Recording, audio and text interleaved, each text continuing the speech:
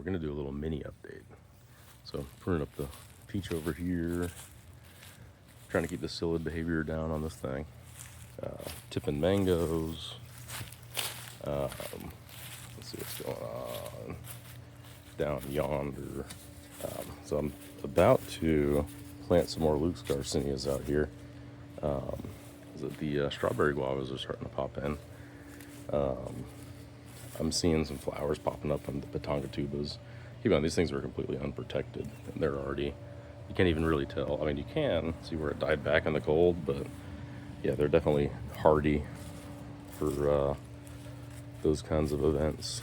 I think I showed this little guy that I've been working on. So I'm just building benches. I think I'm gonna go all the way down up to over there, just to keep all of these little red Jabo seedlings a little more organized, because they were all on the ground here. But they seem to be doing a lot better now that they've been picked up off the ground. And like along the house here, they're pretty much shaded at that height 100% of the time. They might get a little bit of light, maybe around 2 p.m. to about 4. So it's not enough to really like hurt the trees. The sun is intense at that time, but they're okay with a little bit of that intense heat. So yeah, that's gonna be like, I could probably fit 3 or 4 more of those. It's about 32 feet total, I'm thinking. So that's a lot of Jabos. I could probably have a couple hundred 4-inch pots anyways. Turns out slugs really like eating okra, so I've been learning that. So if you're gonna plant okra in the ground, plant a lot of okra and just wait for the ones to get a little bigger. Those are the ones you're gonna get, or the ones. Ooh, hold on a second. I'm seeing something over here. Let me put my shovel. Oh, okay, dropping everything. I'm seeing a yellow orb.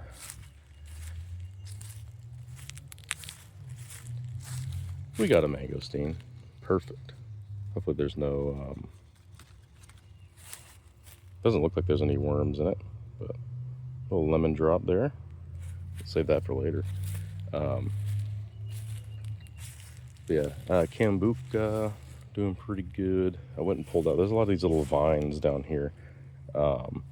They tend to like grow everywhere. That's like what most of this ground cover is, just like some kind of vine. I think they come from the trees up there. They like go up and they make these yellow flowers and drop these pods, so it's like almost impossible to get rid of it. So it's actually pretty good for a ground cover. You just gotta make sure it doesn't crawl up your house like that. That's a pain in the butt. But the Cambuca, I pulled up a lot of the vines that were starting to wrap around it, hit it with some holly tone, and you can see it's pretty happy. The bark's peeling off, and it looks like we're about to get another flush of growth. So what is that? That's like up to my hip, actually past my hip. So this thing is over 3 feet tall at this point, probably coming up on 4. I suspect it'll be 4 or 5 feet, somewhere between 4 and 6 feet actually, I think, by the end of this year. So hopefully we have a mild winter and it can just sort of like get even more established. But yeah, so the Cambuca is doing really well. But yeah, anyway, so I was bringing the shovel out because I'm thinking I got this shady spot here, and it's like right under the starfruit tree, and I've got an avocado tree here as well. So it's gonna get, stay fairly shady long term. I'm like, I've got this Inga spectabilis here too, which is gonna eventually, it'll probably be taller than all of these trees. But I was thinking, like, what can I put in here that can make use of this space, being shaded and all. And I was thinking Luke's Garcinia. I've already got, or any Garcinia really, but I've already got quite a few Garcinias in the ground, obviously. But I'm trying to think, like, sort of testing the boundaries of our zone. I've got a ton of Lukes. Like, I have a theory that they're probably the most hardy out of the Garcinias other than like Imbe. And I think it might be, Imbe is pretty hardy, but it might be even more hardy than Imbe. I had to wager. They're probably going to be pretty close, but so I want to figure out like which Garcinias are like hardy in terms of the cold. I know they can take the drought. They take the drought very well. These ones over here, they're not like, they don't like the sun, like at least right away. You see how they're getting burnt up? This one's the most burnt, and as we get over here, there's less and less sun. So this one's a little burnt, this one's a little burnt, and then they look pretty good over here. There's a little bit of insect damage on them, but they're doing well actually. Like I don't do much for them, so they tend to just make it through. And I've got these Garcinia xanthochymus as well. There's one that looks like just literally just a twig, but you can see this one here, and it just does not do well. Once the sun and heat come out, like it just can't really handle it. I don't know why. And I've purposefully let this grass grow up around it just to keep it from getting scorched by the sun. But so I'm hoping eventually that one pops through. But these lemon drops do pretty well. Like once they get established, they don't mind the full sun at all. I mean, this one over here, if you go back and look at the historical video making on my part on YouTube, like it did look like trash for a while. I had to put a shade cloth over that, actually that shade cloth over there, and otherwise it would just get burnt up. I mean, even last year when I first started producing fruit, like it was looking pretty bad, and I would have to come out and hit it with the hose just to cool it down. Like I think it was literally like burning from being too hot. But it seems to be managing itself pretty well, at least so far this year. So lemon, like this is the one with the nipple on it. The lemon drop mangosteen, I think you can get away with it in our zone, largely unprotected. Like here, it's probably a little bit more vulnerable to freeze. Like if I had it over there by those bananas, I bet they would be, you could pretty much just leave them uncovered, especially once they get to like this size. They do well. But anyways, rambling. So I'm going to plant probably 2 of the seedling lukes that I got. We'll probably do 2 different varieties. We'll see which ones I have. So remember, I've got like the from Raul on the forum.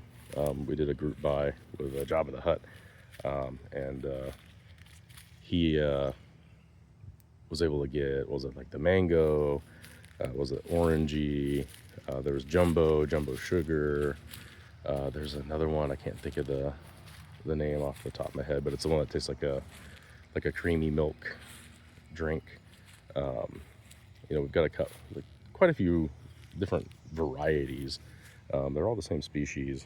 I think there's one called Fuyu because it looks like a little Fuyu persimmon. But anyways, I'm going to plant a couple of different ones over there. So that brings the total up to, so I've got like 1 Luke's out front. There's a Luke's over there. I've got a grafted Luke's from Flying Fox Fruits over there. And then we've got 1 of each type that I got from Raul over here. So yeah, so that's a long-winded way of saying I'm experimenting with the hardiness of Luke's Garcinia and kind of like the level of effort to grow them as a dooryard fruit. And then, once we acquire some land, hopefully we'll be able to figure out how viable are they at a larger scale. And so we're keeping our eye out for that as well. And so I really feel that Garcinia have a strong position in our future. We just got to figure out how to get them out there, and there's no better way to do it than just to do it. But I'm looking at this cha-cha in here. So now keep in mind, like, we got to 24 degrees in the yard here, and like this cha-cha, the only thing I covered up with was a 25-gallon bucket. I didn't have anything else on it. So like no plastic or anything. So the ambient temperature in there definitely got down well below freezing, like no doubt. But it, it's been, 3, 4 months. What is it? It's June. So we had the freeze in February. So it's been about 4 months. And I know there were some comments online saying like, oh, well, sometimes it takes a long time for the damage to show up on Garcinia, but I'm not seeing any damage. Like, let's go look at the Achacha, for example. Like this one I did cover up. I think this one was definitely, I was probably able to stay like pretty close to the line of freezing. But look at it now. Like this is the best it's ever looked in the ground, touch wood. We haven't had a hurricane yet this year to mess that up for me. But, you can, if you're willing to put in the effort, even in the coldest spot in the yard, keep even an Achacha alive. They're pretty strong. Like I think they just don't like drying out. So if you had an Achacha out there like directly exposed to the wind coming in, you'd probably get messed up. But like look at this. Like this is right next to this mango tree. I covered them up pretty much the same way. This one did get an extra layer of frost cloth over the top of it. I don't know if that really mattered too much with the ambient.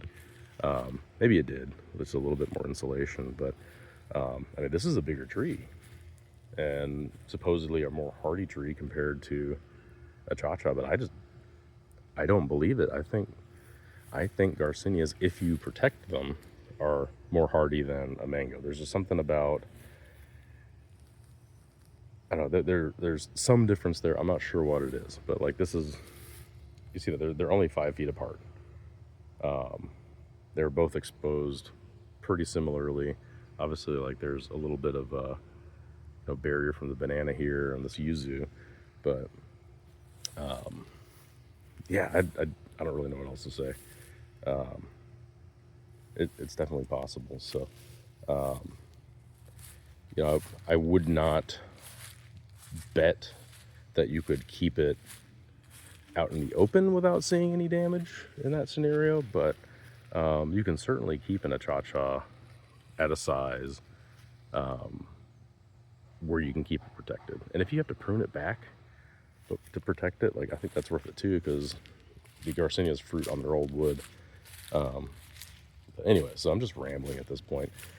Not really so much an update video as much as it is a ramble. But so we're gonna get, I'm thinking I'll put one loops, and we're gonna pull it a little bit away. So I'm gonna put one like kind of nestled right there, and then I don't want them to get too close to this avocado, so maybe we'll just put like 1, 2. So one's gonna get a little bit more sun and one's gonna get less, but they should be pretty well protected back here. The goal, I'm not even gonna put a bucket over them if we get a freeze. We're just gonna see what happens. So, but all right, ramble over. Yeah.